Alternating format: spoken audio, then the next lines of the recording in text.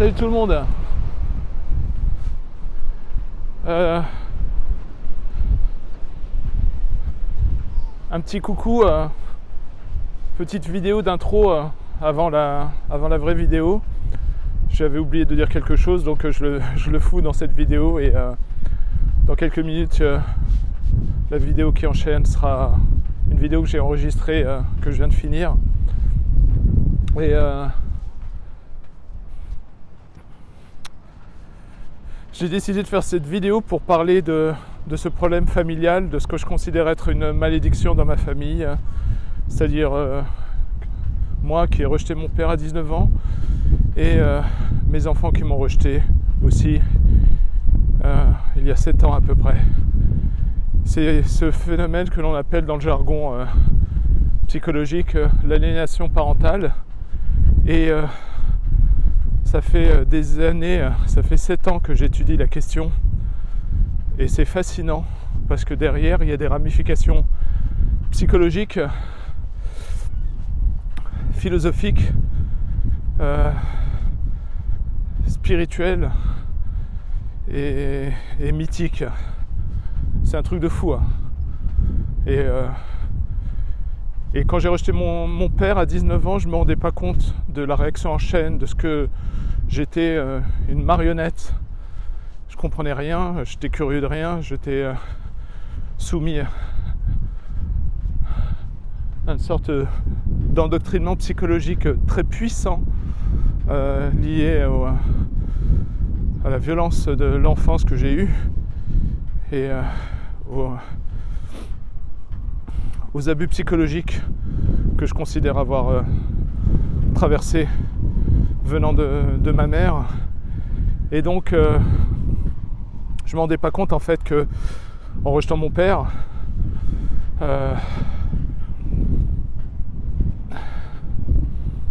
c'est comme si j'avais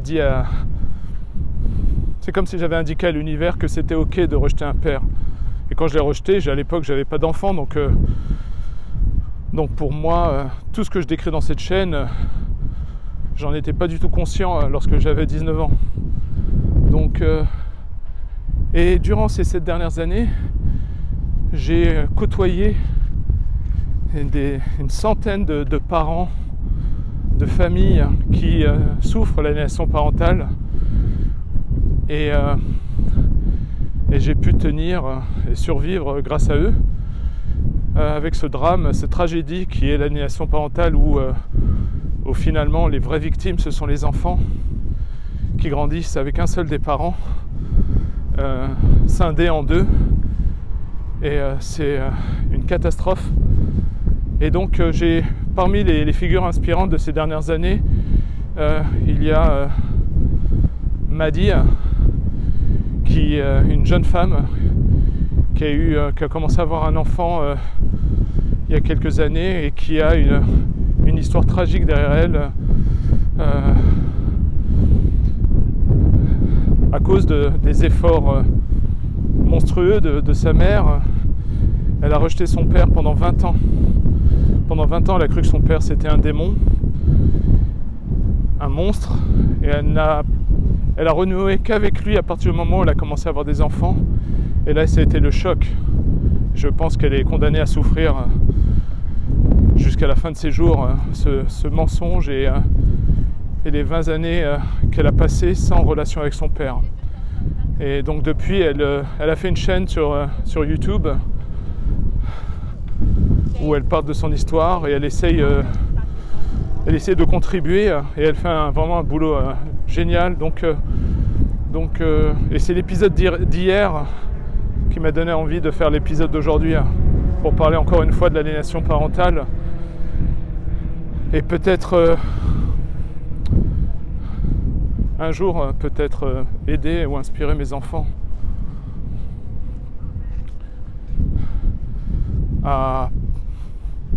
je leur souhaite vraiment de pas vivre ce que j'ai traversé et de pas perdre tout le temps que j'ai dû perdre, que j'ai pas dû perdre, mais que j'ai dû investir pour comprendre les mécanismes complexes psychologiques à l'œuvre derrière l'aliénation parentale.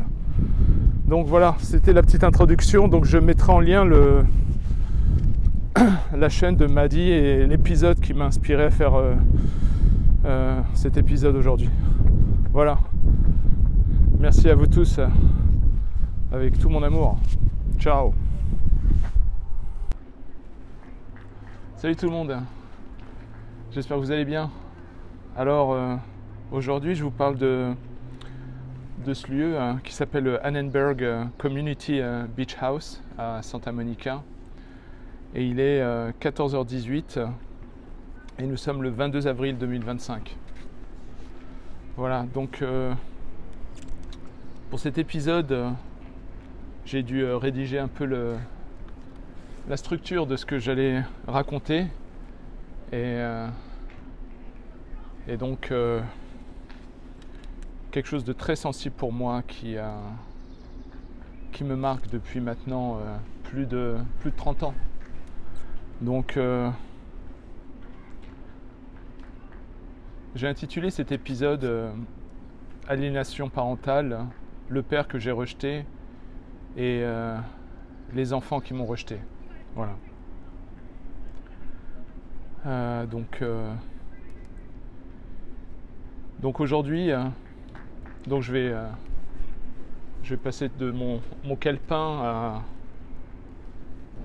à des moments plus détaillés. Donc j'ai besoin d'écrire la structure pour me guider, pour éviter que les émotions me prennent, parce que c'est vraiment un sujet hyper important, crucial dans ma vie.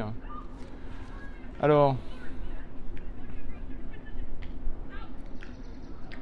donc aujourd'hui, je vous parle en tant qu'homme, en tant que père et en tant qu'enfant blessé qui a mis du temps à comprendre.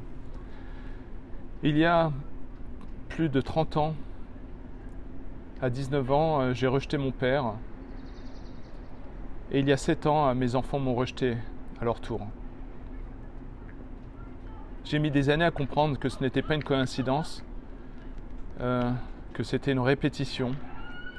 Et ce que je vais vous partager aujourd'hui, c'est l'histoire d'un cycle familial, un cycle psychologique invisible, voire même spirituel, mais malheureusement ravageur. C'est l'histoire de ce qu'on appelle dans le jargon l'aliénation parentale. Mais c'est aussi un message d'amour pour mes enfants, un espoir et une tentative de réparation.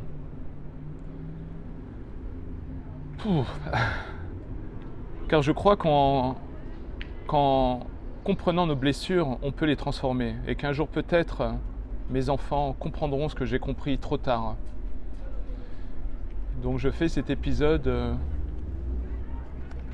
non seulement pour moi, pour peut-être communiquer, évacuer ce que j'ai traversé dans ma vie, et aussi dans l'espoir que ça puisse, que tout le travail que j'ai fait pour comprendre les dynamiques familiales, psychologiques, philosophiques, puisse servir au plus grand nombre, et notamment à mes enfants. J'aimerais pas que mes enfants refassent tout le travail que j'ai fait, thérapie, bouquins, et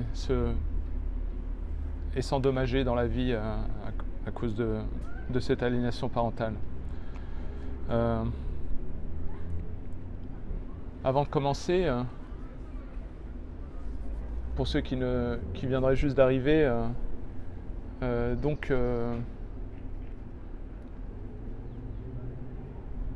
pour faire vite, j'ai grandi dans une famille extrêmement dysfonctionnelle, avec une grande immaturité émotionnelle, et j'ai grandi dans la crainte de ne pas être aimé, et donc les colères, les distensions entre mes parents étaient tellement spectaculaires que j'ai eu l'impression que pour survivre, qu'il fallait que je prenne le parti de ma mère. Et je ne pouvais pas comprendre à l'époque que j'étais endoctriné, lavé du cerveau pendant des années. Et je pensais que c'était la bonne chose à faire. Ce que je ne savais pas à l'époque, c'est que lorsqu'on rejette un père, on crée quelque chose qui est de l'ordre du sacrilège. Peu importe si le père est horrible, un criminel ou pas, il y a derrière la figure du père un certain nombre de choses. Et lorsqu'on a 19 ans et qu'on croit que la figure paternelle, c'est ni plus ni moins qu'un homme, on passe à côté du sacré, du mythique, du psychologique, et c'est, je pense, la plus grosse erreur que j'ai faite de ma vie, le rejeter. Et ce que je me rendais pas compte, c'est que il y a 7 ans, mes enfants m'ont rejeté. C'est que c'est comme si, en rejetant mon père, je disais à l'univers, c'est ok de rejeter un père. Et cette énergie, un peu de honte, elle s'est transmise auprès des enfants, et elle était aussi en congruence avec la société moderne qui a énormément de velléité de détruire le sacré, la patriarchie et tout ça. Et je ne savais pas tout ça, moi, à l'époque. Donc voilà, chapitre 2, pour m'aider à articuler mon histoire, que j'ai intitulé « Mon enfance, le terrain miné ». Je suis arrivé en France à l'âge d'1 an et demi à peu près. Je n'ai pas le détail. Et mon enfance, ce n'est pas une nostalgie. C'était plutôt un champ de mine, une guerre froide déguisée en famille. Mon père me corrigeait physiquement quand je faisais des erreurs plus ou moins graves, et il perdait patience. Et je pense que j'ai été corrigé physiquement ou peut-être une quinzaine de fois dans mon enfance, et j'ai l'impression que c'était tellement spectaculaire que j'ai l'impression que ça a été des milliers de fois où il a levé la main sur moi. Mais ce qui est étrange, ce n'est pas ce qui m'a le plus détruit. Ce qui m'a vraiment brisé, c'est le climat psychologique, les colères glaciales, les silences assassins, les cris et l'extrême cruauté qui venaient de ma mère.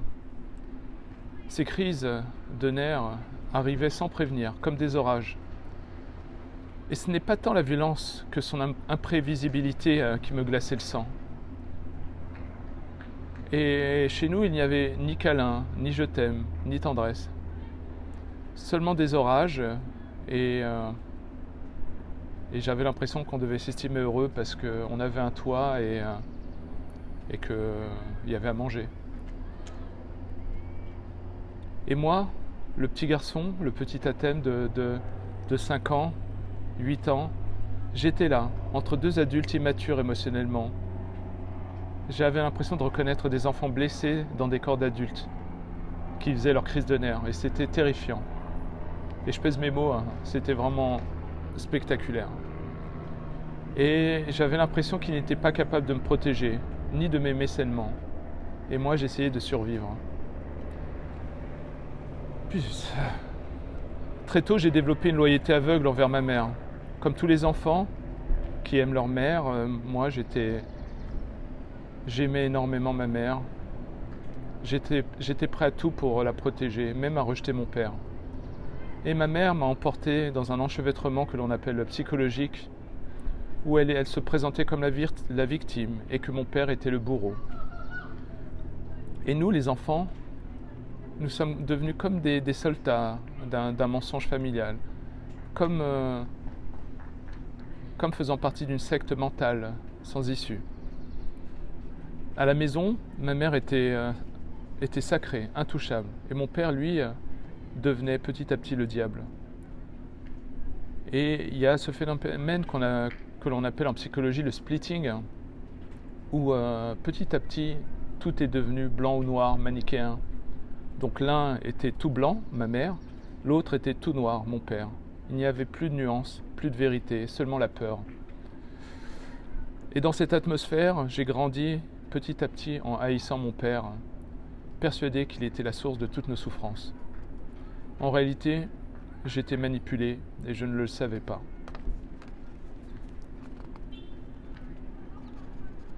Je pensais faire le bien et donc j'ai sacrifié mon père. pour garder ma mère. Et ce genre de sacrifice, on le paye cher, très cher.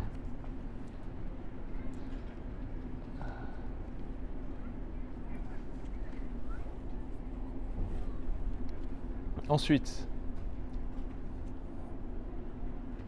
en troisième chapitre, la rupture avec mon père, que j'ai intitulé le premier sacrifice.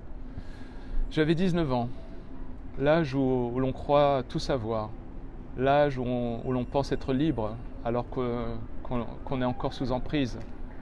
Et à 19 ans, j'ai rejeté mon père. Pas avec un coup de poing, non, avec quelque chose de bien plus douloureux. L'indifférence, le silence, l'exclusion. Certains appelleraient ça le traitement du silence.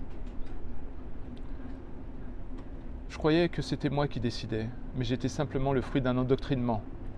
Et pendant des années, auparavant, ma mère m'avait enseigné à voir mon père comme un homme mauvais, violent, instable, coupable de tout.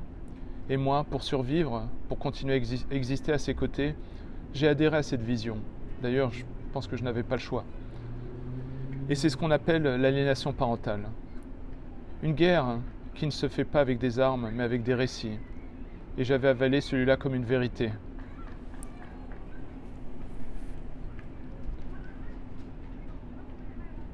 Ce qui est quelques mois, je crois, ou peut-être 6 mois avant de... Non, même un an, un peu plus d'un an avant, j'ai eu une conversation avec mon père où je me suis engueulé avec lui. Et je lui avais dit que plus jamais il ne porterait la main sur moi. Et on a eu pour la première fois un dialogue d'homme à homme. Et puis, à ma grande stupeur, il a reconnu et il m'a dit, il a présenté ses excuses, il m'a expliqué qu'il avait été élevé comme ça durant son enfance et qu'il m'a dit que plus jamais il ne porterait la main sur moi. Et il a tenu parole. Malheureusement, le mal avait été fait et le ver était dans la pomme et le mépris, la douleur que j'avais en moi m'ont forcé à quand même rompre avec mon père, à couper les ponts. Je me rappelle encore de ce moment où j'ai décidé de ne plus parler à mon père, malgré tout. Il n'y a pas eu de drame, pas de hurlement, juste une fermeture, comme si une porte s'était claquée à l'intérieur de moi. Et cette porte, je ne l'ai jamais rouverte. Mon père est mort 10 ans plus tard, sans que je puisse lui dire adieu, sans que je puisse lui demander pardon, sans que je sache à l'époque ce que j'avais perdu. Aujourd'hui, je sais. J'ai sacrifié mon père pour pouvoir garder ma mère. J'ai sacrifié la vérité pour garder l'illusion. Et ce que j'ai perdu ce jour-là, c'est une partie de moi. Maintenant, on entre dans le 4e chapitre de mon exposé. Ma relation de couple. La répétition inconsciente. À l'époque, je ne savais pas... il faut savoir que j'ai divorcé il y a une dizaine d'années. Et après, j'ai mis toutes mes énergies pour comprendre ce qui s'était passé, pour comprendre la nature humaine, les dynamiques familiales, l'instinct masculin, l'instinct féminin, la psychologie. Et j'ai fait des découvertes hallucinantes. Et j'ai découvert... les pathologies diverses et variées dont certains membres de ma famille étaient atteints, sont atteints. Et voilà. Donc, je continue. J'avais juré que je ferais mieux que mes parents, que je construirais un foyer d'amour, de paix et de lumière. Mais malheureusement, on ne guérit pas de ce qu'on ne comprend pas. Et ce qu'on ne guérit pas, on le répète. Donc, j'étais persuadé que j'allais réussir ma vie de couple, ma vie de famille, que j'allais créer une famille d'amour, de joie. Et je me suis dit, il suffit d'être l'opposé de mon père et tout ira bien. Donc j'ai avancé dans la vie un peu avec ce syndrome qu'on appelle le syndrome du people pleaser ou le syndrome du sauveur, où j'ai grandi et j'ai évolué dans ma vie comme un peu ce béni oui-oui, en pensant que la vie était simple, qu'il suffisait d'être gentil, et je me suis mis une poutre dans l'œil avec ça. Et quand j'ai rencontré celle qui allait devenir mon épouse, je n'ai pas su voir les signes. J'étais attiré, fasciné, et inconsciemment, je reconnaissais quelque chose de familier. Et bien plus tard, je me suis rendu compte que peut-être que ce n'était pas de l'amour, c'était une sorte de reconnaissance traumatique. Elle me rappelait ma mère, ses colères, ses contradictions, ses angoisses, son chaos. J'ai eu, avec mon ex, un certain nombre d'années qui étaient magiques, magnifiques, mais il y avait quelques signes étranges dans ses comportements. Et plus les années avançaient, plus j'avais l'impression que je devais marcher sur des œufs, même dans ma relation, pour éviter de me faire hurler dessus, pour éviter une crise ou un drame. Et donc j'ai compris petit à petit que j'étais entré dans une relation, que je contribuais aussi à une relation dysfonctionnelle. Et j'ai compris qu'il y avait un malaise.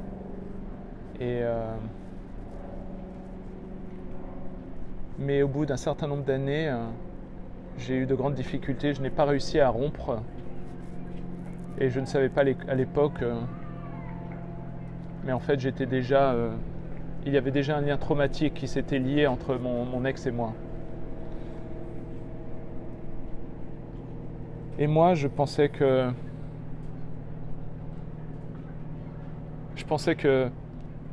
ce que mon père avait vécu avec ma mère, je pensais que tout ça, c'est le niveau de violence entre mes parents et les crises. C'était comme si ça avait normalisé un peu le chaos et les abus entre mes parents. Donc moi, je me retrouve dans cette relation en pensant que j'allais réussir ma vie de famille, et je me retrouve dans un schéma militaire similaire, et où finalement je me retrouve comme par hasard à vivre ce que mon père a vécu avec ma mère, à être avec une femme qui alternait par des moments d'appréciation et des moments de grande ingratitude, de colère extrême, spectaculaire, qui m'ont traumatisé et qui, avec le temps, m'ont empêché d'y voir clair. Et moi, je croyais que peut-être que c'était ça la vie, qu'il fallait courber l'échine et accepter le drame, ce que je considère être une forme de maltraitance et d'ingratitude. Et moi, je croyais que c'était la vie. Je voulais tellement créer une famille, je voulais offrir à mes futurs enfants ce que je n'avais jamais eu. Mais j'ai construit cette maison sur des sables mouvants. Très tôt, les cris sont revenus, les crises, les humiliations, les peurs. Et moi, je voulais partir, quitter cette relation. Mais à chaque fois, je restais. J'ai été pris dans ce que la psychologie appelle un lien traumatique. Et parfois, je ressentais une sorte de ce qu'on appelle une reparentification inversée. J'avais l'impression de ne plus être son compagnon, son mari. J'étais parfois devenu son père. Et un père, bien sûr, ne peut pas abandonner son enfant. Alors je suis resté et j'ai souffert. Et j'ai cru que je devais tout endurer pour mes enfants. J'ai cru que l'amour, c'était supporter l'insupportable. Et mes enfants sont nés dans ce décor de tension constante. Un père qui travaille jour et nuit pour maintenir le navire à flot, et une mère instable, souvent terrifiée, et parfois souvent violente et extrême dans ses expressions de colère et de rage. Et moi, je marchais sur des œufs. Je vivais dans la peur de l'explosion, aléatoire, vraiment similaire à ce que j'avais vécu durant mon enfance. Et 10 ans comme ça, peut-être plus, et puis un jour je me suis vu devenir mon père. J'étais dans une maison où je n'étais pas aimé, je marchais sur des œufs.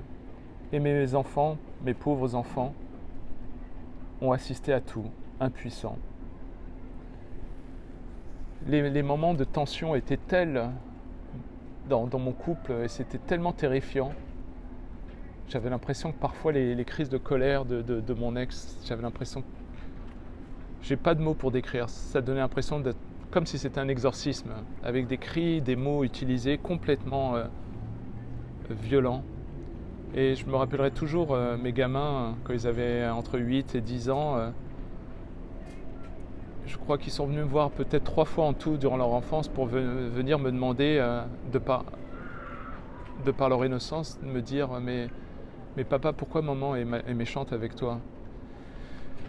Et moi je ne sais pas si c'était pour les protéger ou par honte, je leur ai dit non, t'inquiète pas, tout va bien, ça va bien se passer. Je n'ai jamais pu avoir le courage de... Et ils étaient trop petits de toute manière pour comprendre quoi que ce soit. Mais...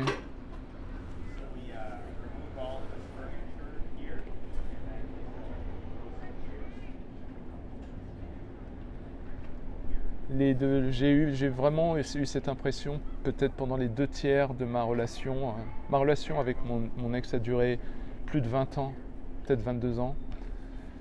Et je pense qu'il y a bien au moins 15 ans, si ce n'est pas 17 ans, où j'ai eu l'impression d'être un moins que rien, d'être un portefeuille, d'être une source de revenus. Et c'est tout. Et avec les années, les choses ont empiré et j'ai eu l'impression petit à petit d'être un mendiant. Et j'avais l'impression de mendier l'amour, même la part sexuelle, tout devenait une forme de négociation. J'étais terrifié à l'idée qu'une énième dispute se déclenche. Et je n'ai pas pu protéger mes enfants de ce spectacle terrifiant. Et à un moment donné, dans ma relation, j'ai compris que je devais fuir ce cycle ou y mourir. Donc chapitre 5, que j'ai appelé la chute, divorce, solitude, dépression. Un jour, j'ai dit stop. Après des années de menaces, de crises, d'humiliation, d'ingratitude extrême, j'ai annoncé le divorce. Et pourtant, ce jour-là, je n'étais pas libre, j'étais brisé. Mon identité de père, de mari, d'homme, tout avait explosé. Ce n'était pas une séparation, c'était un effondrement, un cataclysme.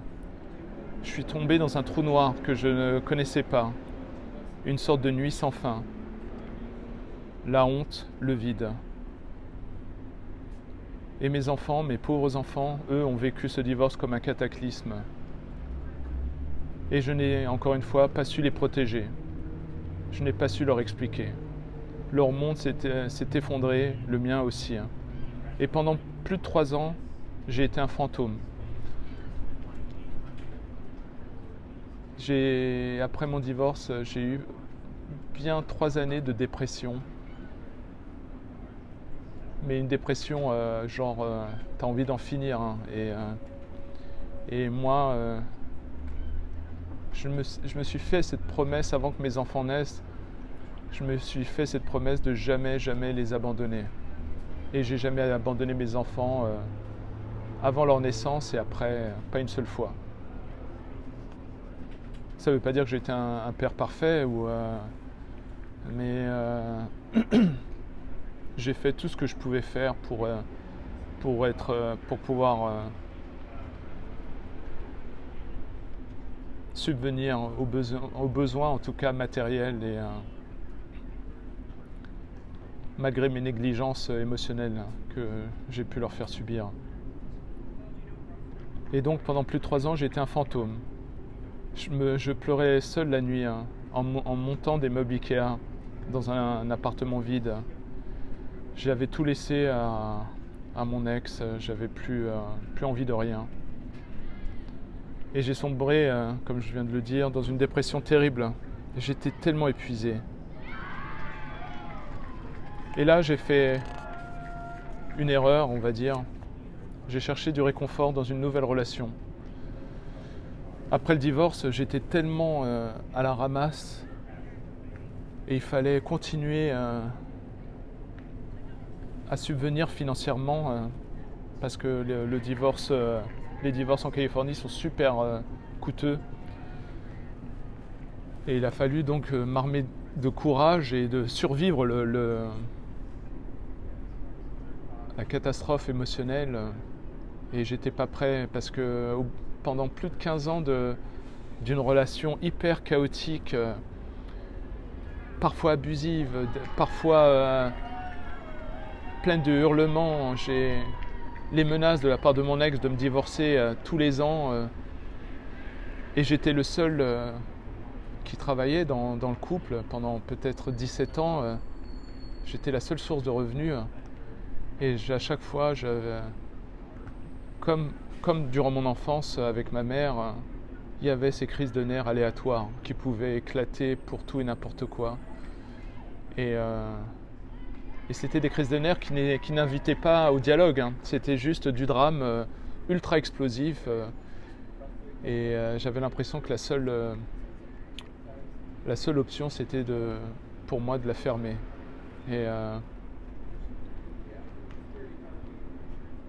Et donc, j'avais vraiment des pensées, pendant au moins 1 an et demi, 2 ans, des pensées suicidaires, parce que j'avais l'impression d'avoir échoué mes enfants. Et j'avais l'impression d'être retombé dans le même piège que mon enfance. Et donc, à ce moment-là, j'ai cherché du réconfort dans une nouvelle relation. Bien sûr, c'était trop tôt, j'étais trop fragile. Mais à ce moment-là, je n'avais pour moi pas le choix. C'était ça ou bien mourir. Et cette relation que j'ai eue, qui a duré peut-être 1 an et demi, à tout casser, je crois, elle m'a sauvé la vie. Mais elle a contribué aussi à traumatiser mes enfants. Je n'étais pas prêt, je n'étais pas stable. Et je crois que dans leur esprit, je les ai trahis. Ils avaient déjà perdu leur foyer et maintenant ils perdaient leur père. Et c'est pour ça que, à travers cette vidéo, entre autres, je leur demande pardon pour ça. Et je veux qu'ils sachent que j'étais en ruine. Et j'ai fait ce que j'ai pu avec ce qu'il me restait. Donc chapitre numéro 6, que j'ai intitulé « L'aliénation de mes enfants », le 2e sacrifice. C'est du lourd là. Ce que j'ai fait à mon père à 19 ans, mes enfants me l'ont fait à leur tour. Et cette fois, j'étais de l'autre côté du miroir, le camp du bourreau. J'étais le père rejeté. Et je les ai vus s'éloigner petit à petit, peut-être une dizaine d'années avant le divorce. Parce que les phénomènes d'aliénation parentale, c'est pas du jour au lendemain.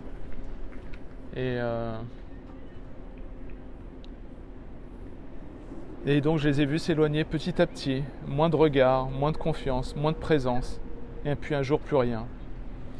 J'ai compris trop tard ce qui était en train de se jouer. Ce n'était pas un choix rationnel de leur part, c'était une loyauté invisible, une emprise émotionnelle, un enchevêtrement comme celui que j'avais vécu avec ma mère. Leur mère, que j'essaye de ne pas trop accuser ici, a fait ce que beaucoup de personnes blessées font. Elle a fermé les portes, les écoutilles, elle a fermé le passage, elle a contrôlé la narration. Elle a ce que l'on dit dans le jargon légal américain, elle a fait preuve de negative gatekeeping. Et consciemment ou inconsciemment, petit à petit, avec ces crises de colère qui ne se sont pas arrêtées après le divorce, ont forcé à ce que mes enfants fassent un choix. Et mes enfants ont dû choisir un camp. Et comme moi autrefois, ils ont sacrifié leur père pour ne pas perdre leur mère. Peut-être avoir un semblant de stabilité dans leur vie.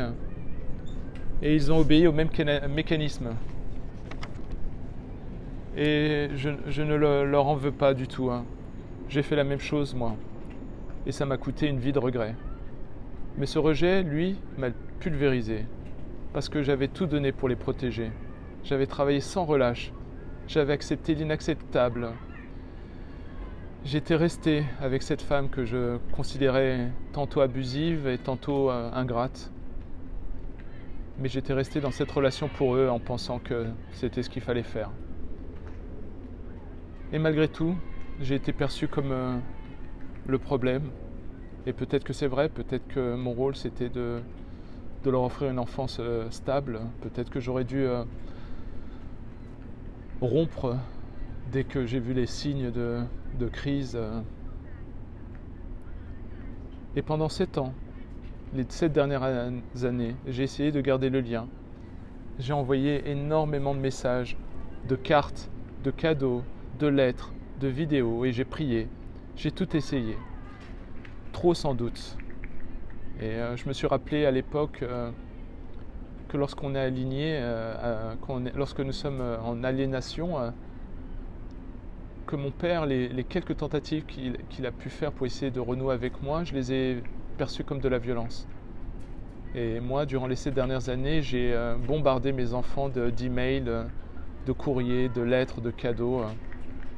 C'est comme si j'avais l'impression d'essayer de m'accrocher à un espoir qui était en train de disparaître. J'étais désespéré.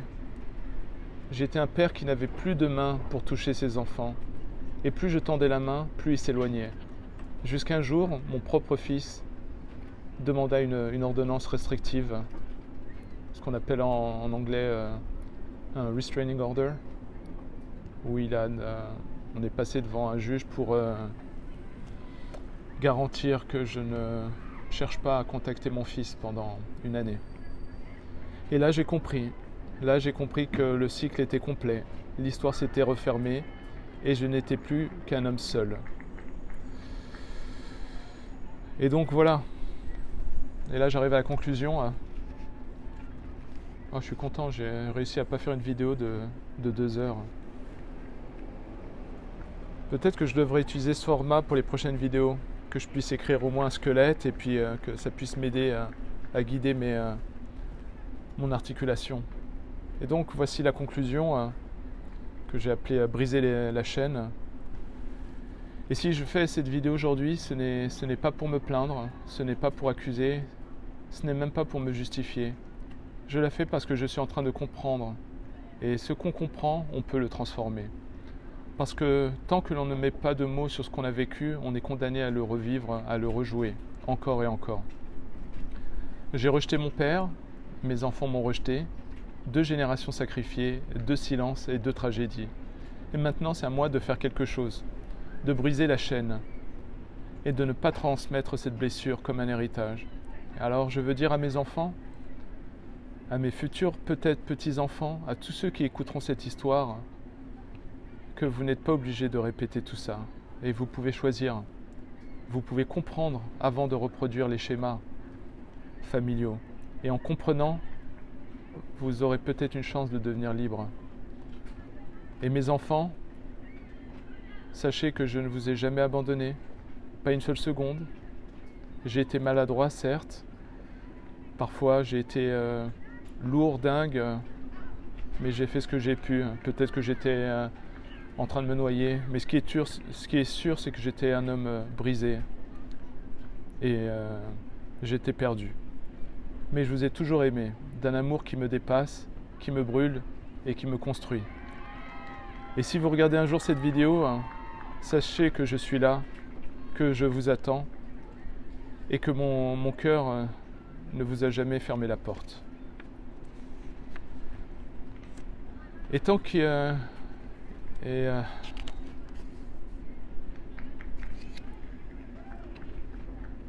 n'y a pas une seconde, on va dire, où je ne prie pour que vous soyez heureux, en paix, en sécurité, libre de choisir votre propre vie.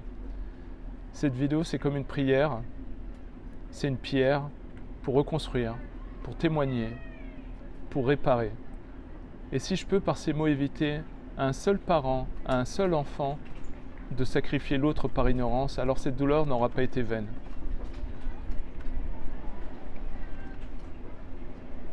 Et à vous, mes enfants, je vous aime et je vous attends toujours et je vous bénis. Merci à vous tous de m'avoir écouté. Voilà. Enfin, c'est l'histoire de ma vie et j'espère que tous les efforts que je fais permettront à ce que le cycle des traumas intergénérationnels, familiaux, s'arrête avec moi et que mes enfants ne vivront jamais ce que j'ai vécu.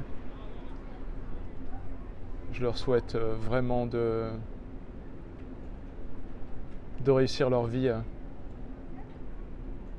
et de construire quelque chose basé sur l'amour, la compassion, la maturité émotionnelle et la sécurité émotionnelle. Voilà. Bon, il fait super beau, hein. Donc merci à vous tous d'avoir écouté. C'était un épisode super chaud pour moi. Donc allez, avec tout mon amour, force et honneur. Salut!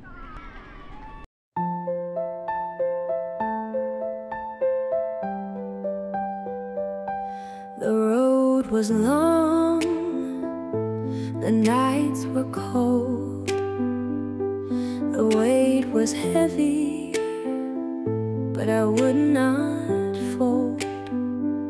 I've seen men break for far less than this, but I was made for the fight, for the fighter, for the risk. A man is not what he says in the light, but who he becomes in the depth of the night. So I will stand, I will not kneel, for the wounds that harden, for the scars that heal. The sea called my name, the wind pulled me down, but I swam till I ran aground. I have nothing but hands, nothing but will, and that is enough. It has always been still. The weak man waits, the strong man moves. The world will test and I will prove. Not with words, not with cries, but with fists clenched and open eyes. A man is not what he says in the light, but who he becomes in the depth of the night. So I will stand, I will not kneel, for the wounds that harden, for the scars that heal. If I fall, I will rise. If I bleed, I will fight. If I lose, I will learn. And if I die, let them say he stood. A man is not what he says in the light, but who he becomes in the depth of the night. So I will stand, I will not kneel, for the wounds that harden, for the scars that heal. The fire is burning, the war is long, but I'm still here. here, and I will